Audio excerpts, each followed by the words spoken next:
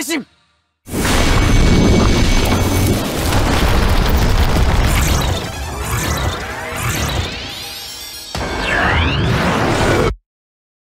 変身 Zetsu kembali tayang lagi setelah libur kemarin. By the way, liburnya penayangan Kamen Rider dan juga Super Sentai kemarin gak ada sangkut pautnya sama sekali dengan kasusnya Maya Imamori ya. Ada-ada aja ini bocil spekulasi. Jadi mari kita fokus lagi ke cerita kali ini dan juga bahas konklusinya. Jadi terima kasih banyak juga buat kalian yang udah mengkoreksi di pembahasan kemarin ya, yaitu soal kemampuan recovery capsem yang bisa menyembuhkan dan memulihkan orang lain atau objek namun tidak dengan diri sendiri. Anda juga mohon maaf nih ya kalau ada pembahasan yang keliru kemarin. Jadi langsung aja kita bahas, ini dia Kamen Rider Z episode ke-9. Kita dibuat cukup khawatir ya dengan ending episode kemarin di mana Baku diperlihatkan tidak bernafas dan seperti kayak mati. Yang berdampak ke Baku di dunia mimpi akan terjadi juga di dunia nyata. Makanya di dunia nyata dia itu diperlihatkan tidak bernafas di posisi sedang tertidur, sehingga membuat adiknya itu panik setengah mati. Tapi karena andil heroin kita yaitu Nemu-chan, Baku itu hidup kembali bisa dibilang ya. Dan caranya itu gimana? Nemu itu mengambil recovery capsem yang ada di Zetsu drivernya si Baku, memasukkan capsemnya ke Brekam Zetsu mode gun, lalu ditembakkan ke arah Baku sampai Nemunya itu kepental. Tembakan ini tuh berasa kayak alat kejut jantung gitu yang membuat Baku itu hidup kembali. Seperti yang Anda bilang ya, di seri Kamen Rider tuh selalu seperti itu. Collectible item dicolok ke senjata akan mengeluarkan tembakan yang sesuai dengan tema itemnya. Nah, ada detail yang menarik guys. Jadi ketika Nightmare-nya itu mau gangguin Nemu ya pas ngelakuin hal ini, Nightmare-nya itu malah dihalangin sama Nox. Nox kayak pengen lihat gitu secara langsung kemampuan dari recovery capsem yang mau dia rebut nanti. Pas Baku ngomong I owe you ke Nemu itu berasa agak geli ya guys ya. Peran Nemu juga di episode ini secara overall cukup heartwarming ya, dan makin kerasa relasi dan kedekatannya sama Baku sebagai MC. Good lah Nemu di episode kali ini. Pak Sano juga masih ada ya, yang baru disembuhkan oleh Baku dengan si recovery capsem. Baku juga tidak lupa memulihkan dua chef bawahan Pak Sano yang sebelumnya diduga terkena racun dari si Royal Sauce-nya Pak Sano. Di dunia nyata, Baku itu terbangun di rumah sakit, bukan di rumahnya. Berarti ini case-nya Minami itu ya belum tahu ya kalau Baku itu udah sembuh sepenuhnya gara-gara recovery capsem.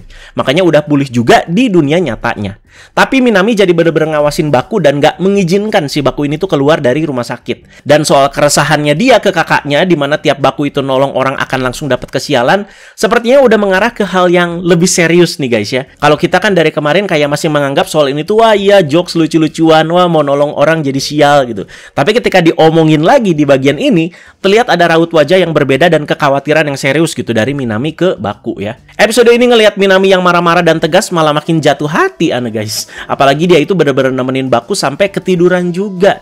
Aduh, kapan lagi ya punya adik seperti ini ya. Dewasa, setia juga, support juga sama kakaknya, selalu khawatir juga ya. Baku ketemu ya dengan Pak Fujimi dan masih di rumah sakit, tepatnya di kamar tempat si Baku ini tuh dirawat, di mana Fujimi-san memberikan sedikit kabar baik di sini agar Baku juga bisa tenang. Coba kita bahas seteliti mungkin di sini ya. Dikabarkan kalau Pak Sano di dunia nyata itu kolaps dan harus dibawa ke rumah sakit. Bagian ini membuat Baku itu bertanya-tanya, loh kan di dunia mimpi gue itu udah sembuhin si Pak Sano, kok kolaps di dunia nyata? Nah, berbanding terbalik sama Baku yang sempat mati sementara sebelumnya, tapi karena di dunia mimpi dia itu dibantu disembuhkan oleh Nemu, di dunia nyata dia juga bisa terbangun kembali. Nah, gitu kan. Kalau Pak Sano kok nggak seperti itu? Yang Anda lihat juga ya, tangkapan Baku di sini masih sebatas Pak Sano itu yang ambruk gara-gara mencicipi Royal Sauce yang terkandung racun dari si Nightmare-nya. Tapi ternyata bukan itu guys. Terungkap kalau Pak Sano ini sebenarnya punya sebuah penyakit. Ya udah tua juga kan ya. Jadi penyakit dan ambruknya Pak Sano secara tiba-tiba ini mengharuskan dirinya untuk harus segera dioperasi. Dan jadwal operasinya bertepatan dengan hari pertemuan dua negara di restoran Royal Shirogane. Nah, berarti Pak Sano nggak bisa masak dong di pertemuan dua negara ini. Yang jadi ada kemungkinan pertemuan dua negara antara negara Jepang dan juga Eldovia ini tuh dialokasikan ke tempat lain, bukan di restoran Royal Shirogane. Yang berarti juga jadi lebih aman, karena mereka terhindar dari racun yang berasal dari si Royal Sauce itu. Nambah kebingungan Baku lagi guys di sini ya. Karena Pak Sano di dunia mimpi itu ya terlihat begitu kekeh dan bersikeras gitu untuk tetap memasak. Aku nggak boleh kalah di sini. Nah, berlanjut di sini Baku itu menyusup keluar dari kamar tempat dia itu dirawat ya. Dan secara tidak sengaja dia itu menemukan kamar tempat Pak Sano itu dirawat dan tidak sengaja juga menguping pembicaraan dua chef bawahan Pak Sano yang kebetulan memang lagi berkunjung ke situ. Dua chef ini tuh berspekulasi karena melihat jadwal operasi Pak Sano yang sama dengan pertemuan dua negara di restoran Royal Shirogane. Mereka itu menduga Pak Sano itu ada kemauan untuk menutup restoran Royal Shirogane di generasinya dia. Kalau kalian inget ya, di episode kemarin, Baku kan sempat makan nih bareng adiknya. Dan Baku ngelihat beberapa foto juga di situ ya, di restoran itu. Restoran Royal Shirogane yang tetap berdiri dari masa ke masa dan dengan chef yang berbeda-beda. Jadi emang udah turun-temurun lah restoran ini dari generasi ke generasi. Nah, dua chef bawaan Pak Sano ini merasa kecewa aja gitu kalau soal ini beneran. Soal ditutupnya Royal Shirogane di generasinya Pak Sano. Jadi udah capek-capek belajar dari Pak Sano, udah capek-capek usaha, belajar masak ya. Masa mau diakhiri begitu aja restorannya? Makanya, salah satu dari dua chef ini, yang salah satunya ya bernama Pak Shiomi, yang keracunan di episode kemarin ya, langsung bertindak agar hal ini tuh tidak terjadi. Nah, caranya itu gimana? Sepertinya di bagian ini nih. Ini dugaan aneh ya. Terkuak di pertemuan Fujimi Tetsuya dengan kepala kepolisian. Fujimi-san itu memprotes keras kepada kepala polisinya karena pertemuan dua negara itu tetap akan terjadi di restoran Royal Shirogane. Loh, kan Pak Sano lagi dirawat di rumah sakit. Nah, ternyata pihak negara Eldovia-nya yang tetap kekeh dan juga walau Pak Sano itu nggak ada dua chef bawahannya dia itu yang bakalan gantiin peran Pak Sano dan nyajiin makanannya nanti. Jadi kita mendapatkan jawaban yang sama nih, seperti kemarin-kemarin.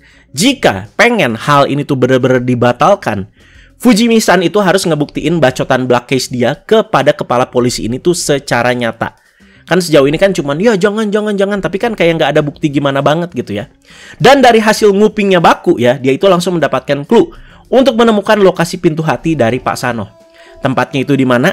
Di restoran Royal Shirogane, tapi yang lama. Karena mencari lokasi pintu hati, tentu ini ada di dunia mimpi ya. Berarti Royal Shirogane-nya itu di dunia mimpi. Pintu pertama dan kedua sudah terbuka ya. Sejak cerita ini tuh pertama kali dibuka, di mana isinya adalah dua chef bawahan Pak Sano yang tumbang setelah mencicipi Royal Sauce. Dan Baku mengintip lewat lubang pintu di pintu terakhir yang belum terbuka. Seperti yang dilakukan kemarin-kemarin ya. Untuk mendapatkan clue lagi dan mengetahui kemauan gelap dari Pak Sano. Ternyata isinya adalah petinggi negara Jepang dan negara Eldovia yang tumbang setelah mencicipi Royal Sauce. Di sini berarti objektifnya itu ya sama semua, tapi targetnya berbeda-beda. Dan juga sama ya dengan menggunakan si Royal Sauce itu.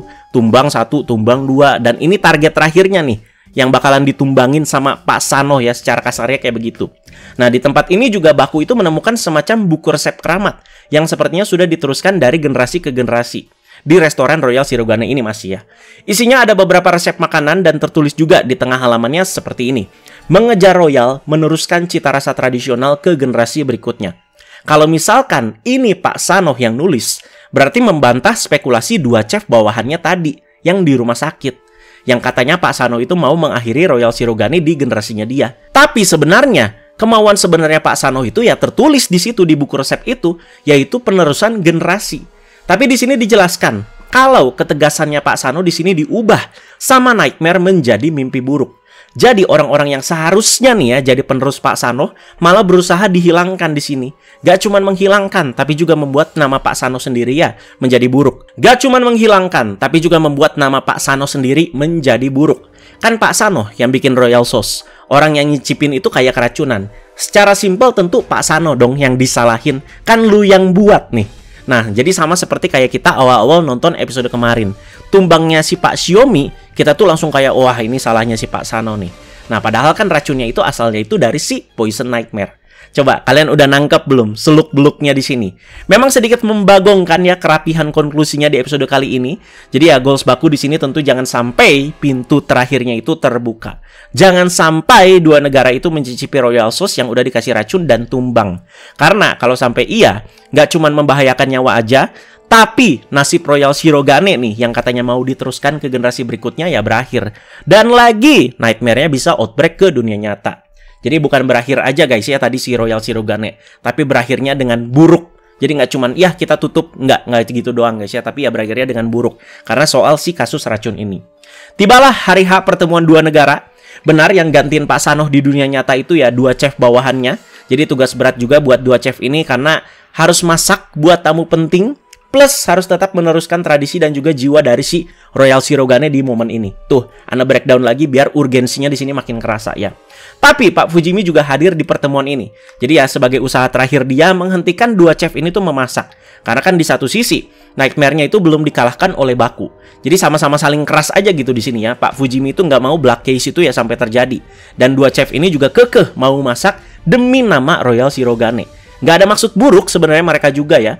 Pak Fujimi malah jadi ditendang di sini sama Mbak Nagumo seperti biasa. Kita dilihatin jelas dengan penerapan gimana racun dari Royal Sauce itu ya dimasak. Jadi di dunia mimpi, Pak Sano itu yang masak Royal Sauce seperti biasa ya. Tapi dari ventilasi dekat dia memasak, sudah ada Poison Nightmare yang meneteskan racunnya secara diam-diam ke Royal Sauce yang sedang dia masak. Jadi memang sedikit aneh gitu guys ya. Udah jelas-jelas netes gitu dari atas. Masa si Pak Sanohnya nggak sadar gitu. Apalagi kan ini ya bisa dibilang dia itu masak makanan kelas atas gitu ya. Dimana soal kebersihannya juga pasti kan diperhatikan. Tapi kan itu kelihatan gitu netes bocor banget gitu. Tapi dia nggak nyadar guys. Langsung lanjut aja ke pertarungan ronde kedua antara Baku dan juga Poison Nightmare. Dimana Baku langsung berubah menjadi Kamarado Zetsu Extreme Recovery. Kalau ngomongin sequence Henshin, kayaknya memang Extreme Recovery ini paling keren pak. Walau dari segi Henshin sound di sini Anda paling gak suka ya. Jadi pose jelas berbeda di awal. Dan yang Anda suka itu pas bagian badannya Baku itu kebakar. Terus jadi human form lagi, baru beneran berubah. Itu keren banget pak. Di fight ini juga pertama kalinya ya Baku itu memakai Berekam Zetsu mode kapak atau mode axe. Yang Anda suka dari fight Zetsu itu ya terasa powerful, terasa grounded juga. Dan tiap pukulan tuh berasa kayak sungguh-sungguh banget gitu. Yang keren lagi di fight ini yaitu pasti Baku itu mengembalikan tanah yang udah hancur seperti sedia kala. Sehingga membuat si Nightmare-nya itu terjebak di dalamnya. Jadi kayak kekubur gitu guys. Terus langsung dikapak lagi itu tanahnya. Wah itu keren sih ya. Dan cukup brutal juga fight-nya di sini ya secara hitungannya. Si Nox dateng di sini guys ya. Si Nemu juga cuma ngalangin imut-imut doang. Apa? Mau gangguin ya? Tapi si Nox juga nggak berlaku kasar di sini ke si Nemu ya. Jadi inget guys, tubuh dunia nyata Nemu sekarang ada di kediamannya Nox. Dimana Nox juga ya kayak merawat baik-baik juga gitu sini si Nemu ya. Walaupun ya perbuatannya seperti salah gitu sekarang ya. Nah di sini Nox itu cuman bilang ke Nemu, aku hanyalah orang yang tersesat dalam dunia mimpi. Wah, apakah bahasan di rumor kemarin semakin benar aja nih ya? Soal Nox adalah orang yang terjebak dan tersesat di dunia mimpi. Jadi makin kebukti dari kata-katanya di bagian ini. Ada detail yang menarik juga pas bagian Nox menyentuh si Nemu. Terlihat Nemu itu memakai anting berbentuk kupu-kupu yang berwarna ungu. Kupu-kupu ungu sudah sering muncul di seri Zetsu ini ya, apalagi ketika Baku selesai mengalahkan para Nightmare. Dan juga ada banyak kupu-kupu ungu yang lalu lalang di tempat tubuh asli Nemu itu tertidur. Nah, coba kalau kalian ada teori yang bisa disambungkan lagi dengan anting Nemu ini, silakan kalian langsung komentar aja. Nox itu langsung nyerang Baku dengan Berekam Buster-nya yang masih ada boroknya itu guys ya. Baku itu sampai mental dan bahkan hanya dengan satu serangan tadi, Berekam Buster-nya pecah dong. Tapi dengan kemampuan Extreme Recovery, kapaknya itu bisa dipulihkan lagi guys. Bagian ini lagi-lagi membuat Nox terkejut dan bertingkah nggak kayak biasanya. Sampai jedotin kepala ke pohon guys. Agak creepy juga ngelihat dia kayak gini ya. Kan biasanya kan kalem dingin gitu. Pas bagian ngabisin Nightmare-nya sih yang keren guys. Dimana Baku dengan Recovery Banish seperti menyerap racun dari si Poison Nightmare sebanyak-banyaknya. Terus langsung dibalikin lagi untuk menghasilkan damage yang lebih besar. Detail-detail kecilnya yang bikin aneh itu melongo guys. Jadi pas bagian racunnya itu diserapkan, apa ya, si Baku itu kan seperti kayak kesakitan. Terus juga visornya si Zetsu itu udah kayak nyala mati gitu kan. Wah itu epic banget sih guys. Terus soal Pak Sanoh gimana? Ini emang agak gimana gitu ya konklusinya. Jadi ketika Baku mati-matian melawan Poison Nightmare, di dunia nyata, dua chef bawaan Pak Sanoh udah menyajikan Royal Sauce ke petinggi dua negara. Di dunia mimpi juga Pak Sanoh masak dan sama menyajikan Royal Sauce ke petinggi dua negara. Sausnya itu sudah masuk ke mulut bersama dengan si daging rusanya itu. Jadi yang mencicipi juga udah sempat kesakitan karena efek racunnya di sini. Tapi karena Baku mengalahkan Nightmare-nya tepat waktu bisa dibilang, efek racunnya jadi menghilang. Makanannya ya jadi nggak ada apa-apanya. Dimana Pak Sanoh di dunia mimpi ataupun dua chef bawahannya di dunia nyata mendapat apresiasi tinggi atas makanan ini yang dinilai bernilai sangat tinggi. Cita rasa dari Royal Shirogane pun berhasil tersampaikan di sini. Mungkin kalian mikirnya kayak gini, ya walau Nightmare-nya udah dikalahkan, kan mestinya racunnya udah masuk duluan ke makanannya. Makanya di episode kemarin itu ada teori guys untuk menjawab ini, untuk menangkal ini. Kalau racunnya itu adalah Nightmare-nya itu sendiri juga, bagian dari Nightmare-nya juga. Jadi ketika dikalahkan, ya ikutan hilang juga. Begitu. Yuya, oh Yuya. Jadi mari sekarang kita fokus ke bagian akhir yang sangat menarik dari episode ini. Sehabis pertarungan tadi, Baku kan lemes. Soalnya dia juga tarungkan dengan monster yang memang ada ingredients racunnya gitu ya. Jadi siapa tahu terpapar juga dan juga masih lemes-lemes juga ya. Dan ini memberikan kesempatan bagi Nox untuk menyerang Baku. Di episode ini kita itu baru melihat Yuki Furukawa, aktor yang meranin si Nox-nya ya, cukup banyak di sini aksinya. Dan anak akuin cukup keren loh dia. Recovery Capsem berhasil direbut oleh Nox. Ya udah kelihatan lah ya, dia itu udah ngebet banget sama Capsem ini. Makin kelihatan lagi di episode ini juga, apalagi yang pas bagian jedotin kepala ke pohon itu. Dan ketika ditanya sama Baku, mau diapain Capsem itu, Nox itu menjawab untuk memulihkan diriku di dunia nyata. Sabar, sabar. Di episode kemarin kan sama si kepala polisi Mbak Nasuka Nagumo itu diceritain soal Pak Fujimi-san yang pernah punya anak didik, partner atau bawahan yang kerja bareng dia, tapi tiba-tiba mengundurkan diri dan tiba-tiba menghilang tanpa jejak diduga karena black case. Cerita ini menjawab keraguan Mbak Nagumo soal Pak Fujimi yang kenapa dia itu kayak selalu bersungguh-sungguh gitu mengerjakan black case walau dirasa oleh banyak orang ya masih nggak masuk akal. Tadi Mbak Nagumo juga udah melihat kesungguhan Pak Fujimi menghentikan si dua chef muda itu ya. Dan soal partnernya Fujimi-san yang menghilang ini, Mbak Nagumo berniat untuk membantu Pak Fujimi menyelesaikan kasus ini. Sekaligus juga gitu ya, kayak apa ya, si Mbak Nagumo itu ingin tahu gitu kebenaran dari si black case ini. Nah, dokumennya ini nih sudah ada di tangan Mbak Nagumo. Dan ketika dibuka, kaget semuanya. Anda juga deg-degan di bagian ini. Partner Fujimi yang hilang setahun yang lalu itu adalah Nox. Dengan nama aslinya adalah Odaka Kensei, petugas kepolisian Tokyo yang dulu satu divisi kasus aneh bersama Fujimi-san juga. Jadi, apa nih yang sebenarnya terjadi dengan si Odaka Kensei ini? Apakah dia itu di dunia nyata statusnya mirip seperti Nemu, tidak sadarkan diri atau seperti kayak mati suri gitu, ya? Jadi berhubungan juga sama yang dibilang sama si Nox tadi di dunia mimpi ke si Nemu untuk memulihkan diriku di dunia nyata. Dan ini ada hubungannya lah pasti ya dengan Recovery Capsem yang dia cari-cari soal memulihkan dirinya di dunia nyata. Anda sempat lihat di preview, Nox juga bakalan pakai Recovery Capsem ini tuh untuk memulihkan si Night Invoker, yaitu belt yang akan dipakainya untuk berubah menjadi Nox Knight. Nanti juga pasti Breckham Buster bakalan dipulihkan ya, yang ada boroknya itu. Recovery Capsem yang cuman Capsem reguler berasa jadi item yang kayak penting banget gitu ya di fase cerita ini. Apalagi ada bagian juga ketika Nox itu ngebuka buku merahnya yang ada 4 lingkaran magis berwarna itu di halamannya, dia itu terlihat seperti kayak memandangi bagian lingkaran hijaunya itu cukup lama. Jadi sedikit menjawab juga kalau 4 lingkaran ini tuh berhubungan dengan 4 form utama dari Kamarade Zetsu. Anak akui Zetsu semakin menarik sih ini guys ya. Intensitas yang dibangun perlahan dan gak terburu-buru juga membuat kita itu jadi bisa menikmati detail setiap case dan juga ceritanya di sini. Dari segi misteri-misteri yang ada di dunia mimpi juga berhasil mengundang rasa penasaran terus gitu setiap episodenya. Tapi yang masih harus diperhatikan dan jadi concern itu ya dari segi kerapihan ceritanya. Jadi pertama kali nonton ya wajar lah banyak yang merasa kebingungan ya. Ana aja tiap nge-script nih ya baru nangkep makna-makna lebihnya. Pertama kali nonton jujur Anda juga masih kayak bingung gitu loh. Kok begini loh, kok begitu ya. Karena kan setiap bagian yang Anda bahas ya harus Anda resapi juga makna-maknanya.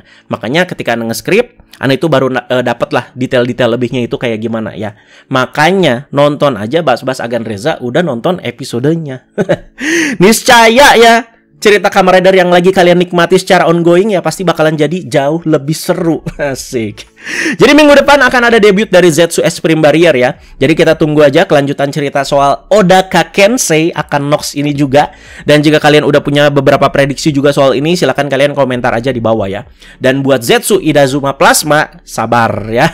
Jadi masih ada Extreme Barrier, masih ada Paradigm Wonder juga sama Gravity yang masih harus beraksi. Prediksi Ana sih kan Inazuma Plasma bakalan munculnya itu di episode belasan. Jadi kita tunggu aja dengan sabar sambil menikmati cerita Zetsu yang menurut Ana sih ya masih menarik sih sampai saat ini ya. Thank you semuanya yang udah menyimak sampai habis. Jangan lupa diskusi di kolom komentar bawah soal highlight-highlight utama yang ada di episode ini. Banyak tuh yang bisa kita bahas ya. Jadi Ana tunggu komentar-komentar dari kalian semua. Teman-teman jangan lupa like, share, juga subscribe. Bye-bye guys.